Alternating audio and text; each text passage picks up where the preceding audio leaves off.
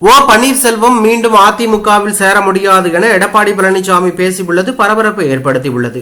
தூத்துக்குடி விமான நிலையத்தில் செய்தியாளர்களை சந்தித்த அதிமுக பொதுச் செயலாளர் எடப்பாடி பழனிசாமி ஓ பன்னீர்செல்வம் மீண்டும் அதிமுகவில் இணைவது சாத்தியமல்ல என உறுதியாக தெரிவித்துள்ளார். மேலும் ஓ பன்னீர்செல்வத்துக்கு அதிமுகவில் இருப்பதற்கே தகுதியில்லை, கட்சியின் தலைமை அலுவலகத்தை சேதப்படுத்த குண்டர்களை அழைத்து வந்தவர் மீண்டும் சேர வாய்ப்பில்லை, கட்சியில் முந்தைய நிலையில் நீக்கப்பட்ட பலரும் திரும்பி இணைந்தாலும் ஓபிஎஸ் மட்டுமே சேர முடியாது, பிரிந்ததுதான் என திட்டவட்டமாக தெரிவித்தார்.